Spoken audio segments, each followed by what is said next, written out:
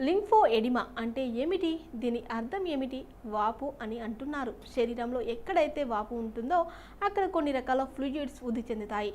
అది మీ లిఫ్టింగ్ విధానాన్ని సరిగా పనిచేయనివ్వదు. అది మీ శరీరంలో ఉన్న లింఫ్ నోడ్స్ పాడైపోవడం లేదా తొలగింపబడి ఉండవచ్చు.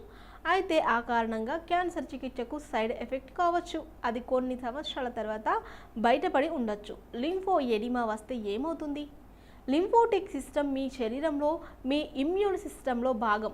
ఫ్లూయిడ్స్ మీ శరీరం ద్వారా శరీరంలో ఉన్న పనికిరాని వ్యర్థాలను, బ్యాక్టీరియాను, వైరస్ను లింఫ్ నోడ్స్ ఫిల్టర్ చేస్తుంది.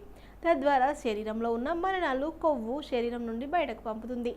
లేదా ఏమైనా మీ కణాలలో ఫ్లూయిడ్ మరో ప్రాంతంలో చేరిందేమో. చాలా తరచుగా మీ లింఫ్ నోడ్స్ పాడైపోతూ ఉండవచ్చు.